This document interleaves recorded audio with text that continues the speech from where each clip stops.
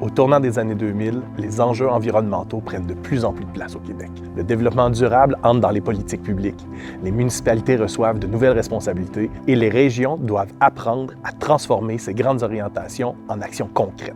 Pour Environnement Mauricie, c'est une période importante.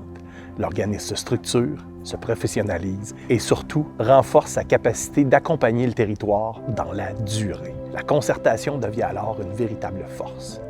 En 2013, par exemple, le colloque Eau et municipalité, en partenariat avec les organismes de bassin versant de la région, réunis à Shawinigan, on a les élus, les experts, les professionnels municipaux autour d'un enjeu essentiel pour la région, la gestion de l'eau.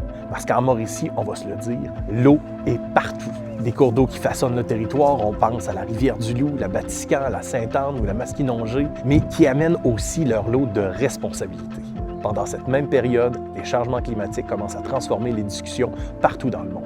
Le GIEC reçoit le prix Nobel de la paix, l'accord de Paris se prépare, et bien avant que les municipalités aient des obligations formelles en matière de climat, Environnement Mauricie agit déjà sur le terrain. Le défi Climat Mauricie mobilise citoyens, entreprises et institutions autour des gestes concrets pour réduire leur empreinte carbone. Puis vient l'initiative Par notre propre énergie et les rendez-vous de l'énergie, qui ouvre la discussion sur notre dépendance au pétrole et sur les choix énergétiques de la région. En parallèle, Environnement Mauricie accompagne les municipalités dans la gestion des matières résiduelles, ainsi qu'au développement du réseau des 6 premiers écocentres partout sur le territoire. La protection des milieux naturels prend aussi de l'importance. Des initiatives de conservation émergent un peu partout en Mauricie dans l'objectif commun de mieux protéger les écosystèmes et la biodiversité de la région. À la fin de cette décennie, une chose devient évidente.